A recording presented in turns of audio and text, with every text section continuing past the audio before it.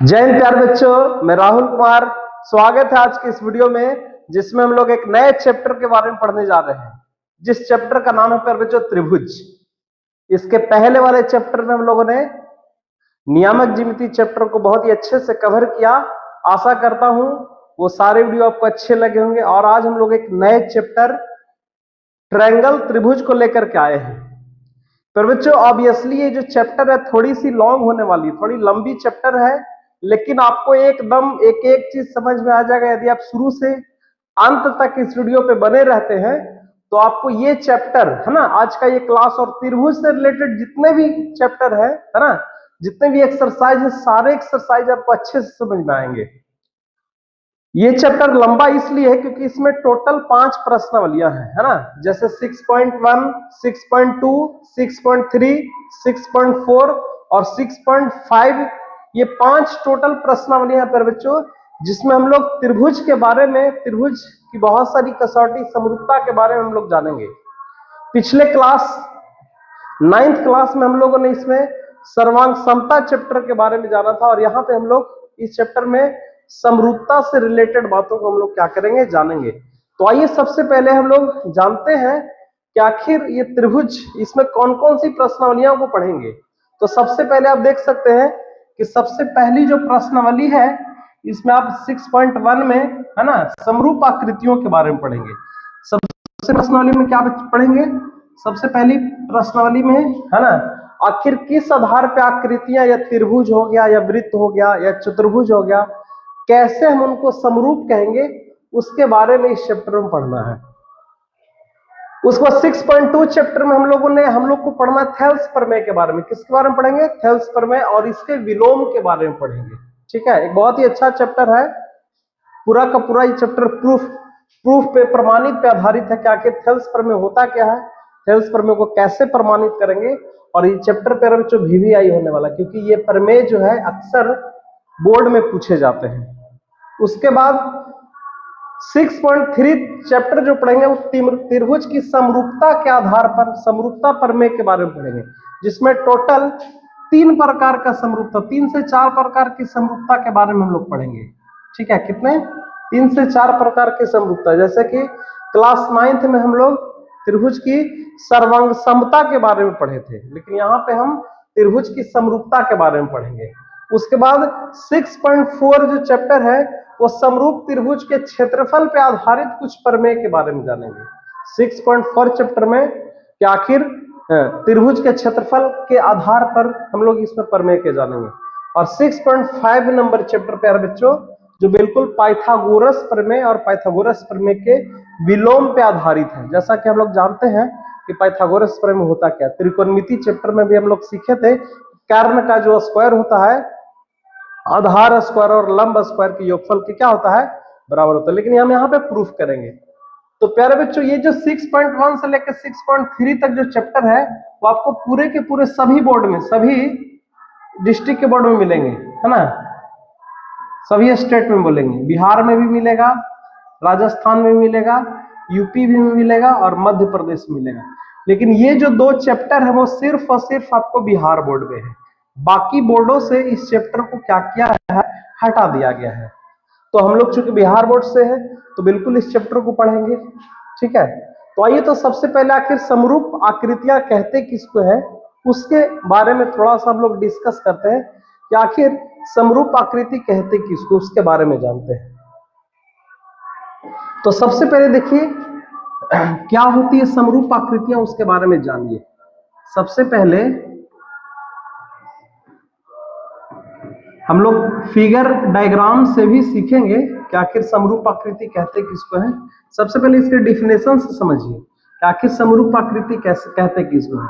तो कहता है वे ज्यामितीय आकृतियां, वे ज्यामितीय आकृतियां, वे ज्यामितीय आकृतियां, वे ज्यामितीय आकृतियां जिनके आकार, है ना, आकार समान हो, आकार क्या हो, समान हो, उसको हम लोग क्या कहेंगे, समरूप कहेंगे। वे ज्यामितीय आकृति जिनके आकार क्या हो, समान हो। जैसे मान लीजिए ये वृत्त है, ये सपोज दैट आपका क्या है, वृत्त है, और ये भी वृत्त है, बट एक छोटा वृत्त है और एक बड़ा वृत्त है, तो इसको हम कह सकते हैं कि ये कैसी आकृति है, समरूप आकृति है। कैसी आकृति है, समरूप आकृति है। उसी तरह से और एग्जांपल जैसे आप देख सकते हैं, एक प्रकार का त्रिभुज है ना, ये त्रिभुज है, ये छोटा त्रिभुज है, ये और बड़ा त्रिभुज। इसको भी हम कह सकते हैं कि आकृति कैसी है, समरूप आकृति। समरूप का मतलब क्या होता है कि जिनके आकार समान हो, जिनके आकार क्या हो, समान हो। और हम लोगों ने सर्वांगसम आकृतियां पढ़े थे क्लास 9th में। सर्वांगसम आकृति क्या होता है उसके बारे में भी थोड़ा सा जान लीजिए। सर्वांगसम सर्वांगसम आकृति क्या होता है उसके बारे में भी जान लीजिए। सर्वांगसम आकृति वैसी आकृति को कहते हैं जिसके आकार तो समान होना ही चाहिए, आकार समान तो होना ही चाहिए, साथ में उसके अमाप भी समान होने चाहिए। अमाप भी यानी कि शेप बराबर होना चाहिए, और साथ में उसका साइज भी क्या होनी चाहिए, बराबर होनी चाहिए। शेप एंड साइज, आकार एवं आकृति दोनों ही जब बराबर होगा तब कहेंगे हम उसको सर्वांगसम आकृति।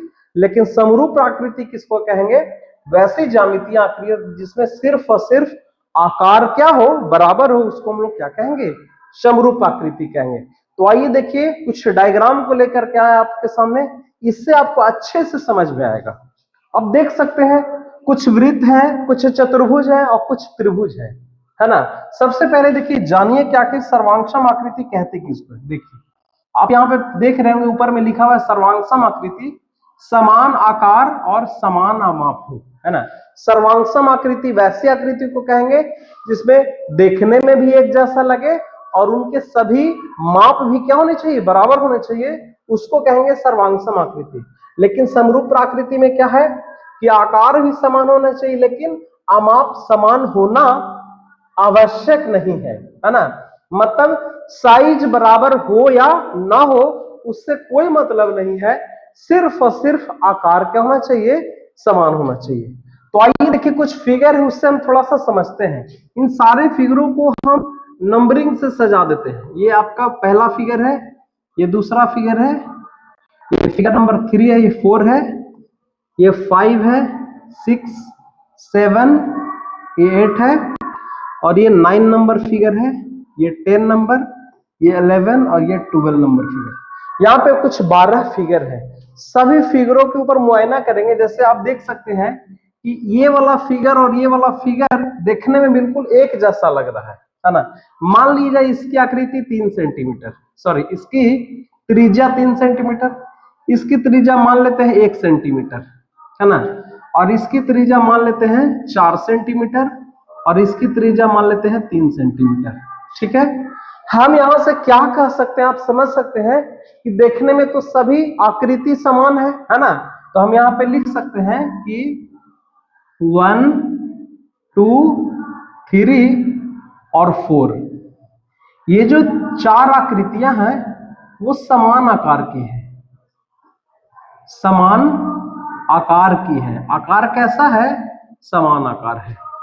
1, 2, 3, 4 ये 4 आकृतियां, चारों वृत्त है प्यारे बच्चों, और चारों आकृति बिल्कुल कैसा है, एकदम समान है ना। लेकिन यदि साइज की मैं बात करूं तो आकृति नंबर 1 और आकृति नंबर 4 जो है उसका साइज बराबर है ना। यानी ये भी 3 सेंटीमीटर रेडियस का त्रिज्या का ये वृत्त है और ये भी 3 सेंटीमीटर त्रिज्या का वृत्त है। तो यहाँ पे लिख सकते हैं, यहाँ पे क्या लिख सकते हैं कि 1 और 3 इसका आकार भी समान है, आकार तथा अमाप समान है। आकार तथा अमाप क्या है, समान है। अब यहां से आप समझ सकते हैं कि अब आप यहां से बता सकते हैं कि किसको सर्वांगसम आकृति कहेंगे और किसको समरूप आकृति कहेंगे। तो मैंने अभी बताया कि जिसके आकार भी समान हो और जिसके अमाप भी समान हो उनको हम क्या कहेंगे, सर्वांगसम आकृति कहेंगे। और जिनके केवल और केवल आकार समान हो उनको हम, है ना, जिसके आकार और अमाप दोनों समान उनको सर्वांगसम कहेंगे, और जिनके केवल और केवल आकार बराबर हो, आकार एक जैसा लगे, उसको हम क्या कहेंगे, समरूप आकृति। तो यहां से हम लिख सकते हैं, क्या लिख सकते हैं, 1, 2, 3 और 4 ये चारों आकृति को हम कहेंगे समरूप। क्या कहेंगे पर बच्चों? समरूप आकृति कह सकते हैं। और 1 और 3 कैसा आकृति हो जाएगा? 1 और 3 कैसा आकृति हो जाएगा? सर्वांगसम आकृति हो जाएगा। कैसा आकृति हो जाएगा? सर्वांगसम आकृति हो जाएगा। एकदम ध्यान से देखिए, अच्छे से समझिए, कॉपी पेन ले करके बैठिए। मैं आशा करता हूं कि एक भी क्वेश्चन आपके दिमाग में डॉट नहीं रहने वाला इस चैप्टर से। तो इस फिगर में हम लोगों ने जान लिया कि किसको हम सर्वांगसम कहेंगे और किसको समरूप कहेंगे। आइए अब यहां पे आप देख सकते हैं कि ये फिगर नंबर 5, फिगर नंबर 6, 7 और 8 हम देख सकते हैं कि ये दोनों जो आकृति है बिल्कुल एक जैसा लग रहा है। कैसे? ऐसे तो आकृति तो चारों एक जैसे लग रहे हैं, लेकिन 5 नंबर और 8 नंबर का आकार भी क्या हो रहा है? बराबर लग रहा है। ठीक है, तो यहां से लिख सकते हैं क्या? 5, 6, 7, 8 ये चारों आकृतियों को हम कह सकते हैं समरूप। क्या कह सकते हैं? समरूप आकृति कह सकते हैं। ये चारों आकृति को समरूप कहेंगे, लेकिन यहां पे 5 नंबर और 8 नंबर की आकृति को हम लोग सर्वांगसम भी कहेंगे। सर्वांगसम क्यों कहेंगे? क्योंकि इसके माप समान है। सर्वांगसम आकृति, इसको क्या कहेंगे? इसका माप क्या है? समान है। 5 नंबर और 8 नंबर आकृति जो है वो सर्वांगसम आकृति होगा। आइए हम लोग त्रिभुज में आ जाते हैं। तो ये सब त्रिभुज समकोण त्रिभुज के जैसा लग रहा है ना? सारे त्रिभुज समकोण त्रिभुज है ना? तो हम कह सकते हैं, क्या कह सकते हैं? यहां से ध्यान दीजिएगा, हम यहां से लिख सकते हैं 9, 10, 11 और 12 ये चारों आकृतियां जो है वो आपका समरूप आकृति है। समरूप आकृति। समरूप आकृति क्यों कहेंगे? क्योंकि देखने में एक जैसा लग रहा है, आकार सबका समान है, लेकिन ये जो 11 नंबर और ये जो 12 नंबर आकृति है बिल्कुल साइज में भी एक जैसा लग रहा है। तो हम लिख सकते हैं यहां से 11 नंबर है ना, 11 और 12 नंबर की जो आकृति है उसको हम सर्वांगसम आकृति कहेंगे। कैसा आकृति कहेंगे पर बच्चों? सर्वांगसम आकृति। आप एक बार अच्छे से देखिए, क्या मैंने बताया? सर्वांगसम आकृति, सर्वांगसम किसको कहते हैं और समरूप किसको कहते हैं? तो सबसे पहले सर्वांगसम जिसके आकार भी सेम हो और जिनके अमाप भी सेम हो। आकार बोले तो शेप है ना, आकार का मतलब होता है शेप, और इसको अंग्रेजी में कहते हैं, और अमाप का मतलब होता है साइज। वैसी ज्यामितीय आकृतियां जिनके आकार और आकृति है ना, शेप एंड साइज दोनों बराबर हो, उसको हम बोलेंगे सर्वांगसम आकृति। और वैसी ज्यामितीय आकृतियां जिनके सिर्फ और सिर्फ आकार समान हो, अमाप बराबर होगा फिर भी और नहीं होगा फिर भी, दोनों ही कंडीशन में हम क्या कहेंगे? समरूप आकृति कहेंगे। तो आई होप प्यारे बच्चों समझ में आ गया होगा। लेकिन यहां से एक कंक्लूजन निकल के आ रहा है। क्या कंक्लूजन निकल के आ रहा है ना? एक कंक्लूजन निकल के आ रहा है। अब देखिएगा कि जो समरूप आकृतियां होंगी है ना, एक कंक्लूजन, बड़ा जबरदस्त कंक्लूजन निकल के आ रहा है कि जो सर्वांगसम आकृतियां होंगी, सर्वांगसम आकृति को हम क्या कह सकते हैं? समरूप कह सकते हैं, समरूप आकृति कहेंगे। क्या? सर्वांगसम आकृति को समरूप आकृति कहा जा सकता है, कहा जा सकता है। किसको? सर्वांगसम आकृति को समरूप कहा जा सकता है। लेकिन दूसरा जो कंक्लूजन है, क्या कंक्लूजन है? कि समरूप आकृति को, समरूप आकृति को हम सर्वांगसम नहीं कह सकते। सर्वांगसम हर केस में सर्वांगसम नहीं कहा जा सकता है। तो यहां से एकदम ये दोनों लाइन को ध्यान में रखना है कि सर्वांगसम आकृति को समरूप कह सकते हैं, लेकिन समरूप आकृति कोई जरूरी नहीं है कि सर्वांगसम हो ही।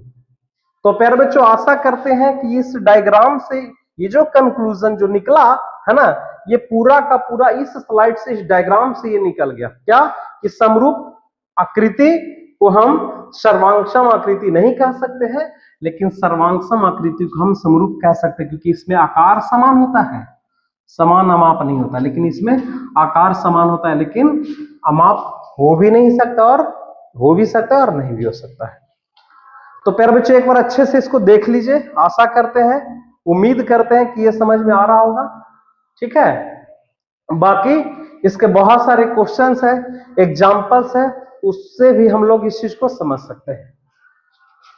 तो आइए हम लोग टेक्स्ट चलते हैं नेक्स्ट स्लाइड के ऊपर। क्या कहता है देखिए, अभी जो मैंने बताया, क्या मैंने अभी बताया पर बच्चों, अभी जो मैंने आपको बताया ये कि जो आकृतियां सर्वांगसम होती है ना, जो आकृतियां क्या होती है, सर्वांगसम होती है, वो सभी निश्चित रूप से समरूप भी हो सकती है। अभी मैंने बताया ना, सर्वांगसम आकृति को समरूप कह सकते हैं, लेकिन है ना, लेकिन आकृतियां जो समरूप दी गई है उसको कोई जरूरी नहीं है कि सर्वांगसम कहा जा सकता है। जैसा कि ये लाइन, सर्वांगसम आकृति को समरूप कह सकते हैं, मतलब क्या है, एक बार फिर से इसको समझ लेते हैं। सर्वांगसम आकृति, जैसे आप समझिएगा, ये एक प्रकार का त्रिभुज है, ठीक है, समझिए, ये एक प्रकार का क्या है, त्रिभुज है, और ये भी एक प्रकार का क्या है, त्रिभुज है। इस त्रिभुज में ये 5 सेंटीमीटर है, एकदम समझिए इत्मीनान से, ये भी 5 सेंटीमीटर है, ये आपका 4 सेंटीमीटर है, ये भी 4 सेंटीमीटर है, और ये आपका 6 सेंटीमीटर है, और ये भी 6 सेंटीमीटर है। और लेकिन ये त्रिभुज आपका ABC है, और इस त्रिभुज का नाम है PQR। अब इस आकृति को हम कैसा कह सकते हैं, सबसे पहले तो आकार तो दोनों का बराबर है कि दोनों त्रिभुज है, तो बिल्कुल। दूसरा, इसकी जो भुजा, ये भुजा इस भुजा के बराबर है ना, ये भुजा इस भुजा के बराबर, और ये वाला जो साइड है इस भुजा के बराबर, यानी कि इसके अमाप भी आपस में क्या है, बराबर है। तो हम कह सकते हैं कि आकृति कैसा हो जाएगा, सर्वांगसम हो जाएगा। कैसा आकृति हो जाएगा, सर्वांगसम।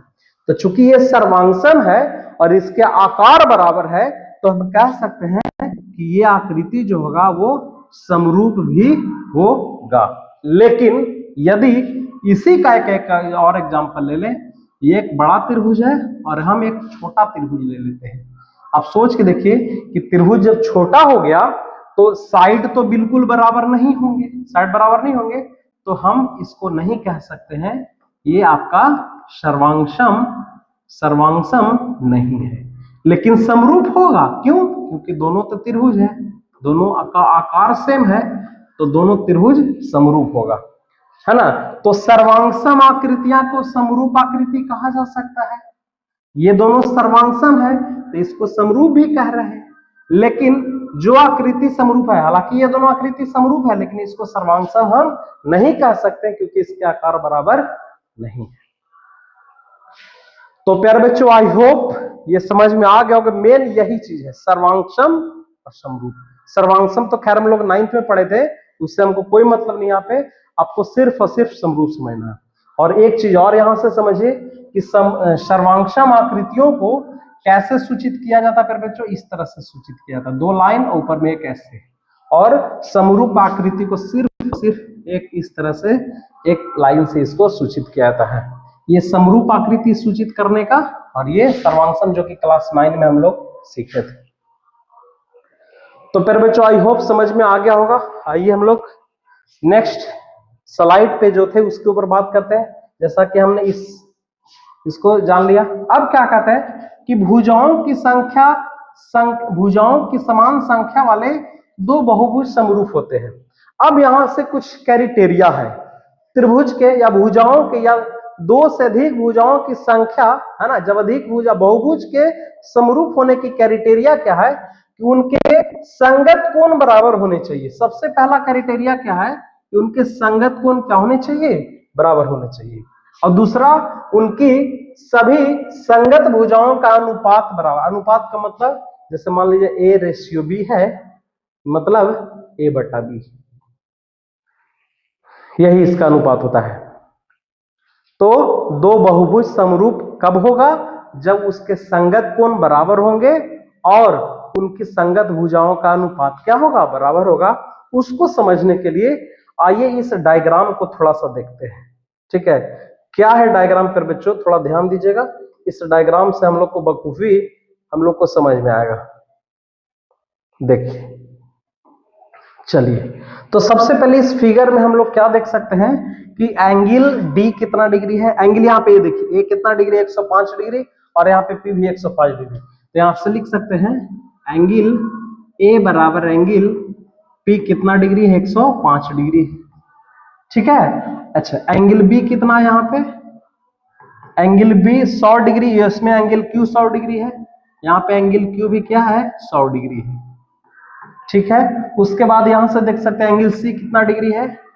एंगल सी, और यहाँ पे 70 डिग्री, और इसमें एंगल आर 70 डिग्री है। आर बराबर कितना डिग्री है पर बच्चों?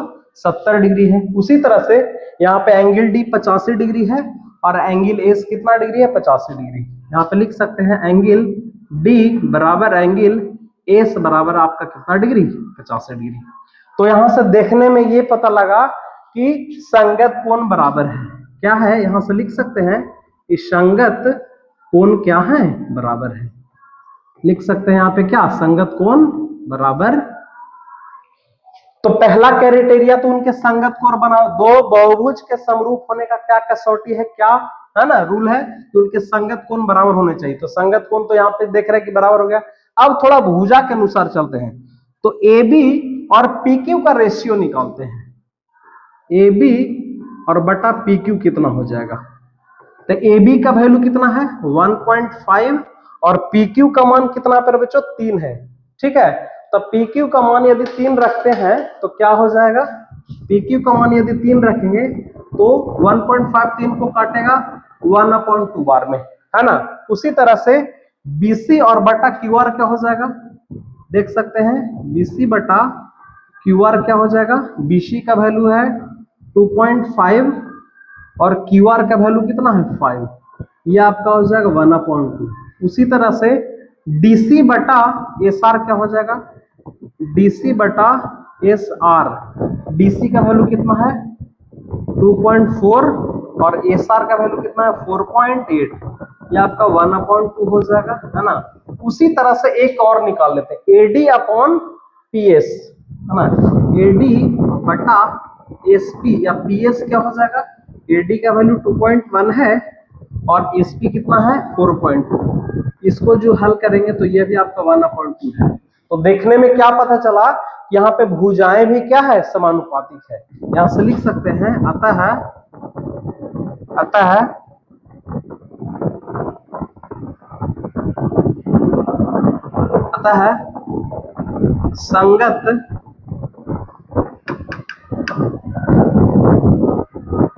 संगत भुजाएं समानुपातिक है। संगत भुजाएं क्या है? समानुपातिक है। समानुपातिक है। तो जब संगत भुजाएं समानुपातिक हो गया प्यारे बच्चों, तो हम कह सकते हैं कि ये दोनों जो आकृति है ना, आकृति ये क्या है? ये एक तरह से आकृति कैसी आकृति हो जाएगी? ये आपका समरूप आकृति हो जाएगा। हम यहां से लिख सकते हैं कि आकृति कैसी होगी? समरूप, यानी कि कौन सी आकृति? ए बी सी डी समरूप आकृति हो जाएगा। पी क्यू आर एस क्यों समरूप हो जाएगा? क्योंकि इनके संगत कोण भी बराबर हो गए, और इनके संगत भुजाओं का अनुपात भी क्या हो गया? बराबर हो गया। तो इस तरह से हम कह सकते हैं कि ये दोनों ये दोनों आकृति जो है वो क्या हो गया? समरूप हो गया। तो आई होप समझ में आ गया होगा कि आखिर बहुभुज के समरूप होने की क्या कसौटी होगी। सबसे पहले उनके संगत कोण बराबर होने चाहिए, है ना। संगत कोण का हमारे कहने का मतलब कि यदि यहाँ पे एक कोण 105 डिग्री है, तो दूसरे भी फिगर में एक कोण 105 होना चाहिए। यहाँ पे 100 डिग्री है तो दूसरे भी आकृति में 100 डिग्री होना चाहिए। यहाँ पे 70 डिग्री है तो दूसरे आकृति में भी एक कोण 70 डिग्री होनी चाहिए। और यहाँ पे 85 डिग्री है तो दूसरे आकृति में भी कितना डिग्री होना चाहिए? 85 डिग्री होना चाहिए। और भुजाओं का अनुपात भी आपस में क्या होना चाहिए? बराबर। यहाँ पे देखिए 1/2 आ गया, यहाँ पे भी अनुपात बराबर, यहाँ पे भी अनुपात बराबर, और यहाँ पे भी अनुपात बराबर। तो इस तरह से हम कह सकते हैं ये दोनों आकृति क्या होगा? समरूप। होगा। तो एक बार अच्छे से देख लीजिए, बाकी फिर हम लोग आगे क्वेश्चंस में चलेंगे। चैप्टर बिल्कुल आसान है प्यारे बच्चों, बस खाली आपको ध्यान से इसको पढ़ना है। थ्योरम भी आने वाले थ्योरम, सारे के सारे थ्योरम इसमें भी आसान है, बस थोड़ा सा ध्यान से आपको अच्छे से पढ़ने की जरूरत है। चलिए तो नेक्स्ट हम लोग क्वेश्चंस के ऊपर चलते हैं। नेक्स्ट क्या है आप देख सकते हैं। नेक्स्ट भी कुछ फिगर है प्यारे बच्चों, आप देख लीजिए यहाँ पे, है ना। इसमें भी आपको वही पता करना कि क्या ये समरूप होगा या नहीं। तो सबसे पहले ये दोनों फिगर को आप थोड़ा सा ध्यान दीजिए। तो ये कोण यहाँ पे 90 डिग्री है, ये भी कोण आपका 90 डिग्री है, यानी कोण आपस में क्या है, बराबर है। कोण कैसे है, कोण आपके बराबर है, ठीक है। तो यहां से लिख सकते हैं, इस आकृति में लिख सकते हैं, चूंकि एंगल ए पी के बराबर है, एंगल ए किसके बराबर है, पी के बराबर है, ठीक है। एंगल बी भी बराबर है, एंगल बी किसके बराबर है, एंगल क्यू के बराबर, क्योंकि 90 डिग्री है। उसी तरह से एंगल सी बराबर है किसके, एंगल आर के, और एंगल डी बराबर है किसके, एंगल डी बराबर है एंगल एस के। यानी चारों कोण बराबर है, लेकिन क्या भुजा का अनुपात बराबर है। तो आइए भुजा का अनुपात निकालते हैं। तो सबसे पहले निकाल लेते हैं हम, सबसे पहले ए बी बटा पी क्यू निकालते हैं। ए बी बटा पी क्यू क्या हो जाएगा, ए बी का वैल्यू 3 है और पी क्यू का वैल्यू 3.5 है। चलिए ठीक है, ये तो 3 बटा 3.5 आ गया। अब यहां से सी बी और आर क्यू का अनुपात निकालते हैं। सी बी बटा आर क्यू, आर क्यू क्या हो जाएगा, तो सी बी का अनुपात, सी बी 3 है, आर क्यू 3 है, तो यहाँ पे आ गया, ये अनुपात आ गया 3:3/5 और ये अनुपात 3:3। तो क्या अनुपात बराबर हुआ, जब अनुपात बराबर नहीं हुआ इसका मतलब है कि ये दोनों आकृति समरूप नहीं होगा। यहां पे कैसे लिख सकते हैं, लिखेंगे चूंकि संगत कोण बराबर है, क्या लिखेंगे,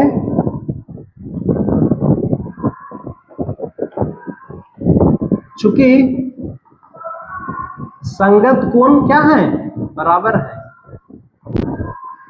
संगत कोण बराबर है। संगत कोण कैसे है प्यारे बच्चों, बराबर है, किंतु संगत भुजा समानुपातिक नहीं है। संगत भुजा समानुपातिक नहीं है। तो आता है ये आकृति, है ना, ये आकृति जो होगा आपका समरूप नहीं है। हम लिख सकते हैं कि ये समरूप नहीं होगा। आइए इस आकृति को पता करते हैं। इस आकृति में भी हम देख सकते हैं कि ये 90 डिग्री है और ये आपका कैसा कोण हो रहा है, ये आपका 90 डिग्री है और ये न्यून कोण है। तो यहाँ पे हम ये भी लिख सकते हैं, इस आकृति में क्या लिख सकते हैं, चूंकि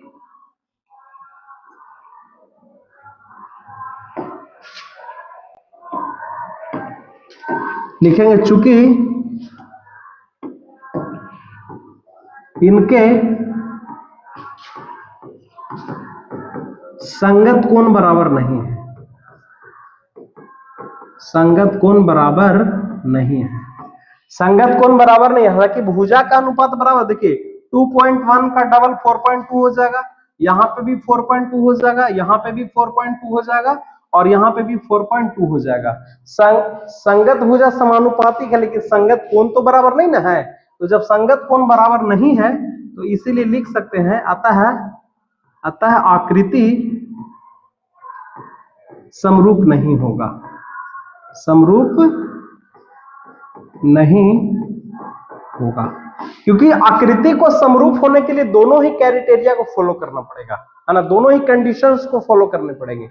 कौन, एक तो आपका संगत कोण बराबर होना चाहिए और दूसरा भुजाओं का जो अनुपात होगा वो सब बराबर होना चाहिए। इस भुजा का इस भुजा से अनुपात, इस भुजा से इस भुजा का अनुपात, इस भुजा से इस भुजा का अनुपात और इस भुजा से इस भुजा का अनुपात। तो अनुपात तो यहाँ पे बराबर आ जाएगा, लेकिन कोण ये 90 डिग्री है और ये न्यून कोण है, कोण बराबर नहीं, तो कोण बराबर नहीं है तो समरूप नहीं होगा। तो प्यारे बच्चों, आई होप समझ में आपको आ रहा होगा, ठीक है। इससे पहले हम लोगों ने क्या जाना, आइए नेक्स्ट हम लोग देखिए प्रश्नावली के क्वेश्चन के ऊपर आ गए हैं। 6.1 प्रश्नावली के क्वेश्चन है। देखिएगा, कहता कोष्ठक में, है ना, कोष्ठक में दिए गए सही शब्दों का प्रयोग करके इसको उत्तर देना है ना। तो कहता सभी वृत्त खाली स्थान होते हैं, सर्वांगसम होंगे या समरूप होंगे। बहुत सारे वृत्त बना लीजिए, एक वृत्त बड़ा भी होगा, एक वृत्त छोटा भी होगा, एक वृत्त बहुत बड़ा होगा, एक वृत्त एकदम छोटा होगा। तो इन सारे वृत्तों को हम क्या कह सकते हैं? क्या सर्वांगसम कह सकते हैं? क्या इन सभी वृत्तों को सर्वांगसम कह सकते हैं? तो अभी हम लोगों ने सीखा कि सर्वांगसम आकृति वैसे आकृति को कहेंगे जिनके आकार और आकृति शेप एंड साइज बराबर होने चाहिए। यानी सभी वृत्त का यदि रेडियस समान हो जाता है ना, सभी वृत्त का रेडियस यदि समान हो जाता तब हम उसको सर्वांगसम कहते। लेकिन यहाँ पे सिर्फ और सिर्फ आकृति बराबर है, अतः इसको सर्वांगसम नहीं कह सकते। यहाँ पे क्या भरा जाएगा? यहाँ पे आपका समरूप भरा जाएगा कि सभी वृत्त केवल कैसे हो सकते हैं? समरूप हो सकते हैं। नेक्स्ट पे हम लोग चलते हैं। नेक्स्ट है सभी वर्ग होते हैं, है ना, सभी वर्ग होते हैं। एक सभी वर्ग, जैसे एक बहुत बड़ा वर्ग है, उसी तरह का क्वेश्चन आ गया। एक आपका छोटा वर्ग है, वर्ग तो ये भी है, वर्ग ये भी है, तो हालांकि कोण तो बराबर हो जाएगा, सबका कोण बराबर हो जाएगा। 90 डिग्री इसमें भी, 90 डिग्री इसमें भी, 90 डिग्री इसमें। लेकिन क्या इनके अनुपात बराबर होंगे? है ना, अनुपात एक और छोटा वर्ग हो जाएगा, बड़ा वर्ग हो जाएगा। तो उस कंडीशन में हम कह सकते हैं कि सभी जो वर्ग होगा वो आपका क्या हो जाएगा? इसको भी हम लोग क्या कह सकते हैं? समरूप कह सकते हैं। सभी वर्ग कैसा होगा? समरूप होगा। आइए पर बच्चों नेक्स्ट क्वेश्चन के ऊपर आते हैं। कहता है सभी त्रिभुज कैसे होंगे, है ना, सभी खाली स्थान त्रिभुज सभी खाली स्थान त्रिभुज समरूप होगा। अब यहाँ पे दो है, समद्विबाहु और समबाहु। तो सबसे पहले समद्विबाहु त्रिभुज किसको कहेंगे? फिगर से समझते हैं। जैसे मान लीजिए आप देख सकते हैं ये एक प्रकार का त्रिभुज है जिसमें ये दोनों भुजा आपस में क्या है? बराबर है। हालांकि ये 90 डिग्री है, लेकिन 90 डिग्री में ये दोनों भुजा बराबर है। और एक आपका समद्विबाहु त्रिभुज इस तरह से है, ये दोनों भुजा आपस में आप क्या बराबर है। तो क्या हम इन आकृतियों को, ये दोनों ही समद्विबाहु त्रिभुज है, ये दोनों आकृति को हम कह सकते हैं, ये दोनों ही आकृति कैसी आकृति? यहाँ पे बच्चों दोनों ही आकृति समद्विबाहु त्रिभुज है। दोनों ही आकृति कैसी त्रिभुज है? समद्विबाहु त्रिभुज है। लेकिन क्या ये समरूप होगा? समरूप नहीं होगा। क्यों? क्योंकि दोनों के आकार बराबर नहीं है। एक समकोण त्रिभुज में आ जा रहा है, एक समकोण त्रिभुज, और एक आपका समद्विबाहु। समकोण को भी समद्विबाहु कह सकते हैं एक केस में, जब दोनों भुजा इसमें क्या हो? बराबर हो। आप समझिएगा, ये आपका क्या है? ये समकोण त्रिभुज भी है और ये समद्विबाहु त्रिभुज, इसमें भी दो भुजा बराबर, इसमें भी दो भुजा बराबर, तो इसको समद्विबाहु भी कहेंगे, है ना। लेकिन दोनों की आकृति अलग है, तो समद्विबाहु तो समरूप नहीं होगा, तो समबाहु समरूप हो जाएगा। बहुत सारी समबाहु त्रिभुज बना दीजिए। समबाहु कहने का बहुत सारी, ये भुजा तीनों भुजा आपस में बराबर, तो उस कंडीशन में हम यहाँ पे क्या भर सकते हैं? समबाहु त्रिभुज भरेंगे कि सभी समबाहु त्रिभुज जो होगा वो क्या हो जाएगा? समरूप हो जाएगा। क्योंकि समद्विबाहु में एक तो समकोण भी आ जाएगा और एक तो समद्विबाहु, तो दोनों एक जैसा देखने में नहीं लग रहा, तो वो समरूप त्रिभुज हो ही नहीं सकता है। नेक्स्ट क्वेश्चन नंबर 4 के ऊपर आते हैं। कहता है भुजाओं की संख्या समान होने वाले दो बहुभुज समरूप होते हैं यदि उनके संगत कोण क्या हो? बराबर हो। जैसा कि अभी मैंने बताया कि दो बहुभुज आकृतियां समरूप तब कह सकते हैं जब उनके संगत कोण बराबर होंगे और संगत भुजाएं क्या होगी? समानुपातिक होगी। कैसी होगी? समानुपातिक होगी। ये तो आपको याद करने का है, ये मैंने अभी तुरंत बताया कि दो बहुभुज आकृतियां तब जाके समरूप कहेंगे जब उनका संगत कोण बराबर हो जाएगा और उनकी संगत भुजाओं का अनुपात क्या हो जाएगा? 1 हो जाएगा। नेक्स्ट इसके 5 नंबर वाले क्वेश्चन पे आते हैं। कहता निम्नलिखित युग्मों के दो भिन्न भिन्न उदाहरण दीजिए। सबसे पहला दो समरूप आकृति का उदाहरण देना है।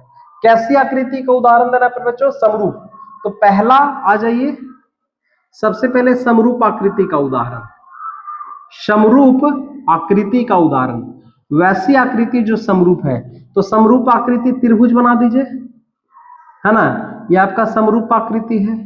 कैसी आकृति है? समरूप आकृति। क्यों? क्योंकि एक त्रिभुज है, दोनों त्रिभुज है, ये भी भुजा इस भुजा के बराबर, ये भुजा आपका इस भुजा के बराबर, और ये वाला भुजा आप देख सकते हैं, ये भुजा आपका इस भुजा के बराबर, यानी देखने में एक जैसा लग रहा है तो हम इसको समरूप आकृति कह सकते हैं। लेकिन एक दूसरा, एक ऐसी आकृति बनाना है, एक ऐसी आकृति का उदाहरण लेना है जो समरूप नहीं है। तो समरूप जो देखने में एक जैसा नहीं लगेगा, तो एक जैसा नहीं लगेगा तो एक वृत्त का एग्जांपल ले लीजिए, और एक आपका क्या ले लीजिए, आयत का एग्जांपल ले लीजिए। तो दोनों आकृति समरूप नहीं है ना। और इसमें और भी एग्जांपल हो सकता है, इसमें और भी एग्जांपल हो सकता है। एक त्रिभुज का आकृति ले लीजिए, है ना, और एक वृत्त का आकृति ले लीजिए। ये कैसे आकृति कहेंगे? इसको समरूप आकृति नहीं कहेंगे, लेकिन इसको क्या कहेंगे? इसको समरूप आकृति कहेंगे, क्योंकि देखने में एक जैसा, समरूप आकृति देखने में एक जैसा नहीं, उसको समरूप आकृति नहीं कहेंगे। तो प्यारे बच्चों, क्वेश्चन नंबर 2 भी आपको समझ में आ गया होगा। आइए हम लोग इसके नेक्स्ट क्वेश्चन के ऊपर चलते हैं। नेक्स्ट क्वेश्चन देखिए, बताना है कि निम्नलिखित चतुर्भुज समरूप है या नहीं, है ना। जैसा कि अभी हमने देखा था, इसमें आपको ये बताना है कि समरूप है कि नहीं। तो देखिए, तो यहाँ पे क्या है, यहाँ पे आपका 90 डिग्री है, यहाँ पे ये कोण आपका कितना डिग्री दिख रहा है? 90 डिग्री। लेकिन यहाँ पे ये 90 डिग्री नहीं है, न्यून कोण त्रिभुज है। तो कोण बराबर नहीं है, तो यहां से तो हम कह सकते हैं, लिखेंगे, चूंकि लिख सकते हैं यहाँ पे, चूंकि दी गई आकृति में संगत कोण बराबर नहीं है, संगत कोण बराबर नहीं है। संगत कोण कैसे है? संगत कोण बराबर नहीं है, अतः आकृतियां समरूप नहीं होगी, आकृति समरूप नहीं होंगी, क्योंकि आकृति को समरूप होने के लिए सबसे पहला संगत कोण बराबर होना चाहिए। ये 90 डिग्री, तो ये भी 90 डिग्री होनी चाहिए, लेकिन यहाँ पे एक न्यून कोण है। बाकी भुजा का अनुपात बराबर हो जाएगा पर बच्चों, क्योंकि देखिए ये 1.5 सेंटीमीटर, ये 3 से, इसका अनुपात जब निकालिएगा तो 1/2 आएगा, इसका अनुपात भी जब निकालिएगा तो ये भी 1/2 आएगा, इसका अनुपात निकालिएगा तो ये भी 1/2 आएगा, और इसका अनुपात निकालिएगा तो भी 1/2। चारों भुजा का अनुपात बराबर हो जाएगा, लेकिन इसके कोण बराबर नहीं है। तो जब तक संगत कोण बराबर ना हो जाए, संगत भुजा समानुपातिक ना हो जाए, दोनों क्राइटेरिया फुलफिल ना हो, तब तक हम कोई भी दो बहुभुज आकृति को समरूप नहीं कह सकते हैं। चलिए, तो आई होप क्वेश्चन समझ में आ गए होंगे। तो आज हम लोगों ने चैप्टर नंबर 6.1 में क्या सीखा प्यारे बच्चों? चैप्टर 6.1 में हम लोगों ने सीखा कि सबसे पहले समरूप आकृतियों के बारे में सीखा, क्या कि समरूप आकृति कहते किसको है ना। तो समरूप आकृति के लिए ध्यान में रखना है क्या? आकार बराबर होना चाहिए। आकार क्या होना चाहिए? बराबर होना चाहिए, उसको समरूप आकृति कहेंगे।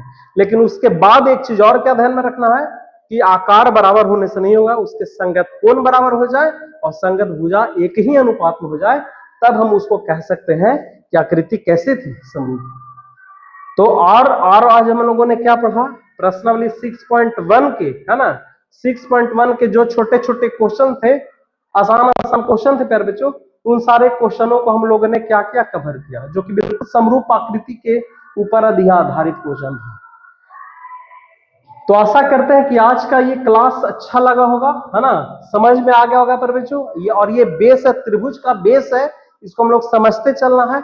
किसी भी प्रकार का कोई भी दिक्कत होता है तो आप कमेंट बॉक्स में कमेंट करें, और फिर इसके अगले चैप्टर, है ना, अगले प्रश्नावली और अगला जो लेक्चर है प्यारे बच्चों, बहुत ही इंपॉर्टेंट होने वाला है। कोई भी बच्चे मिस नहीं करेंगे, क्योंकि एक प्रमेय आने वाला है, थेल्स प्रमेय, जो कि बिहार बोर्ड एग्जाम है या हर किसी बोर्ड के एग्जाम के लिए बहुत ही इंपॉर्टेंट थ्योरम है। तो अच्छे से वहां पे समझेंगे, तब तक के लिए खूब मन लगा करके पढ़िए, मस्त रहिए और पूरी लगन के साथ पढ़िए प्यारे बच्चों। थैंक यू, मिलेंगे अगले क्लास में। Thank you very much.